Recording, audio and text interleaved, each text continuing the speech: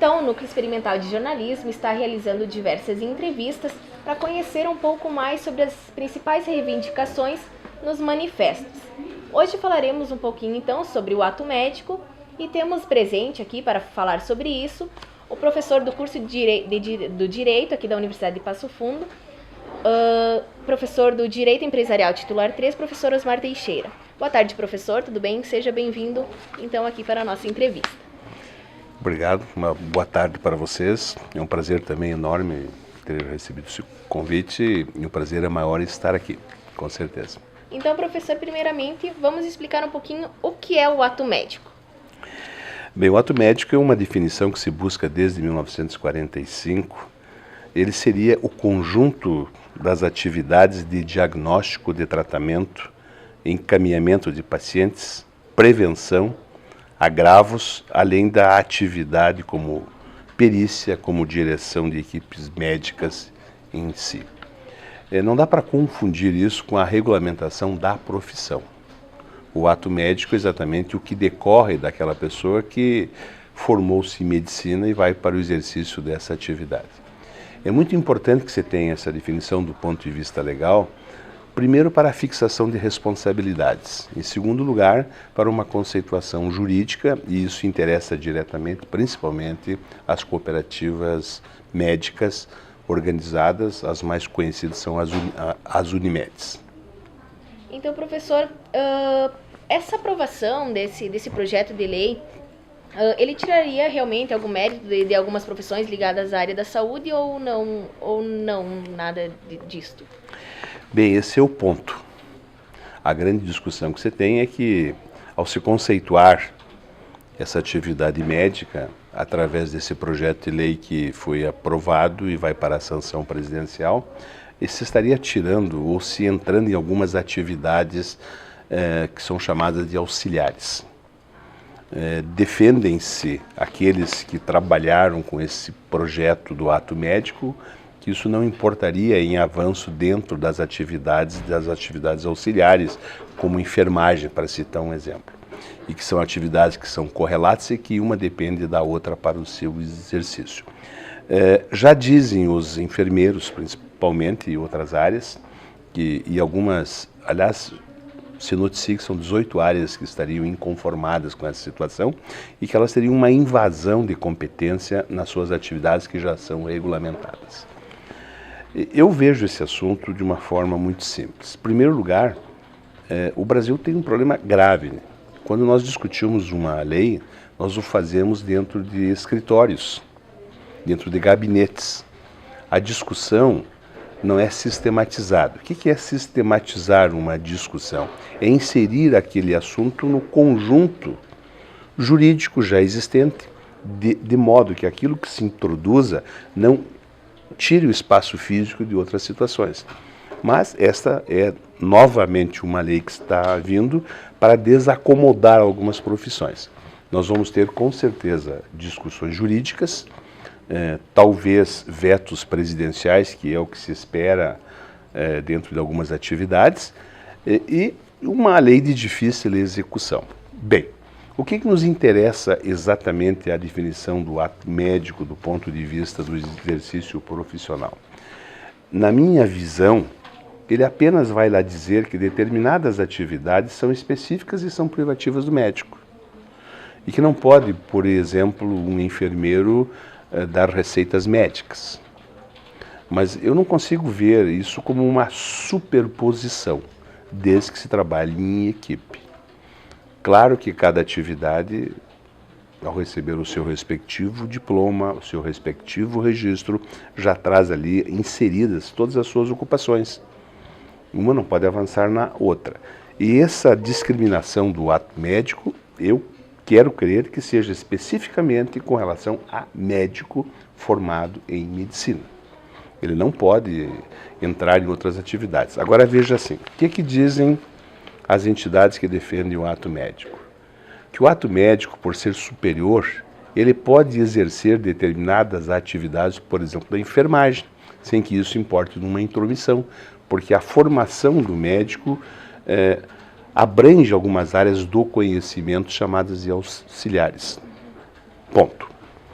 Agora, por trás disso tudo, na minha ótica, estão as organizações de médicos, as organizações empresariais de médicos, tipo Unimedes. É interessante para o sistema Unimed que haja uma conceituação do que seja ato médico, para que também se tenha uma conceituação clara do que seja ato cooperativo. Isso importa numa questão tributária. O ato cooperativo puro tem certas vantagens, tem certas renúncias fiscais. Agora, o ato auxiliar nem sempre tem esses benefícios. A partir do momento que se crie uma definição específica do ato médico, nós estaríamos nas empresas afastando essa discussão do que seria ato cooperativo ou não seria um ato cooperativo. Então, interessa para os médicos essa definição enquanto organização profissional de médicos em empresas.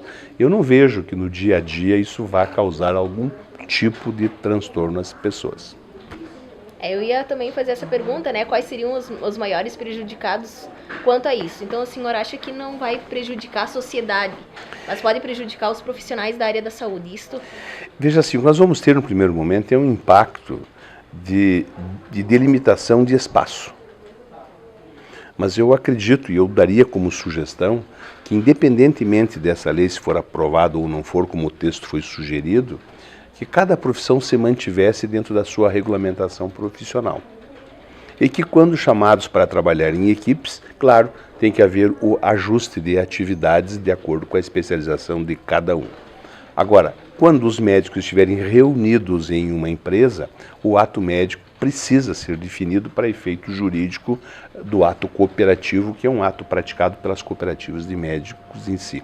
Eu não vejo como isso vai afetar o atendimento, por exemplo, dos usuários. Porque quem é enfermeiro vai continuar prestando serviço de enfermagem, quem é médico vai continuar prestando serviço de médico, quem é paramédico vai continuar prestando serviço paramédico, sem nenhum problema nesse sentido.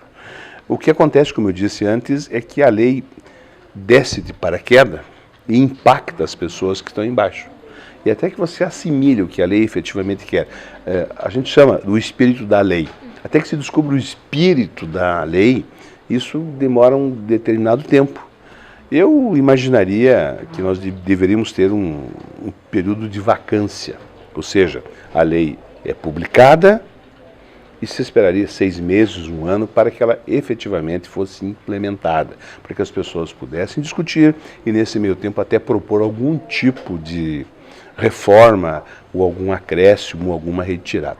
O sistema alemão faz muito isso.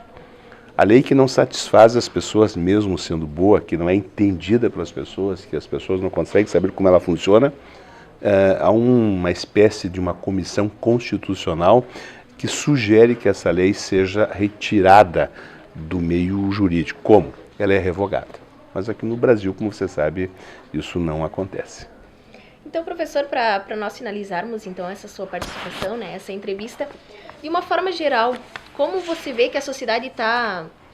Tem gente que apoia isso, né, essa aprovação desse projeto, desse ato médico, tem gente que não aprova. Como o senhor vê assim, a percepção da sociedade como um todo sobre esse ato médico?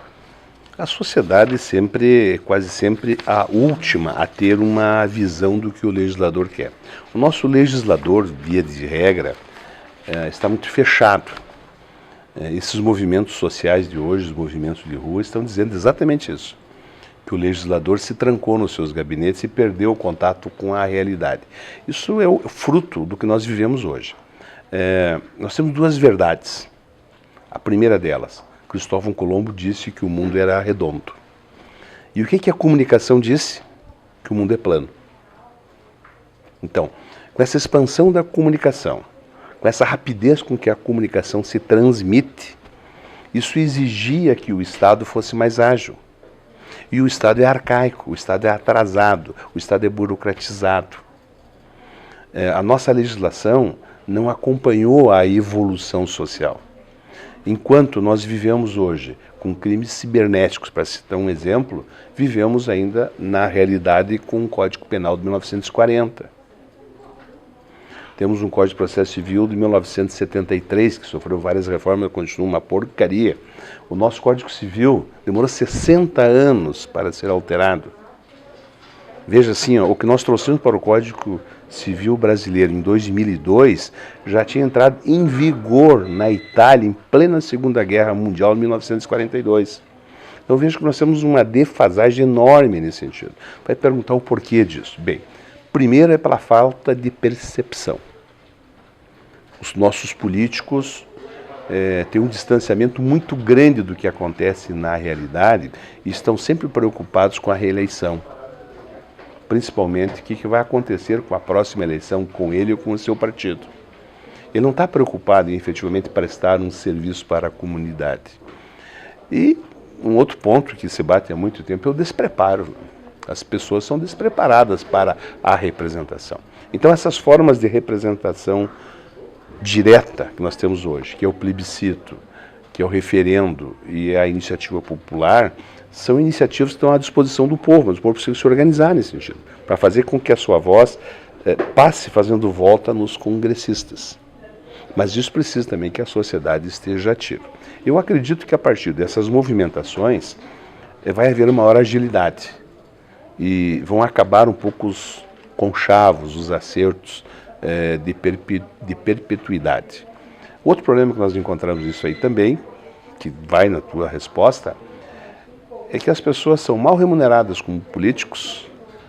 Não é um emprego assim que tu fique rico e ganhe muito, mas mesmo assim elas querem um emprego pelo status e as benesses que o emprego político traz nas laterais. Infelizmente é assim. Dificilmente você vê um ex-político que não esteja numa posição confortável, porque ele, a partir do momento que ele é político, ele abre outras portas, ele passa a ter acesso a outros cargos, a outras situações. E isso faz com que as pessoas tentem ficar dentro do cargo, não saiam mais, aí eles esquecem o que está de fora. E essa é mais uma lei que vem de paraquedas, sem muita discussão. Ela, na verdade, tem uma finalidade que é regular o ato médico para efeitos legais e não interferir na atividade especificamente. Então é isso, professor. Muito obrigado pelas suas explicações. E nós continuamos realizando entrevistas aqui no Núcleo Experimental de Jornalismo para sabermos um pouco mais sobre o que o povo está reivindicando nas ruas.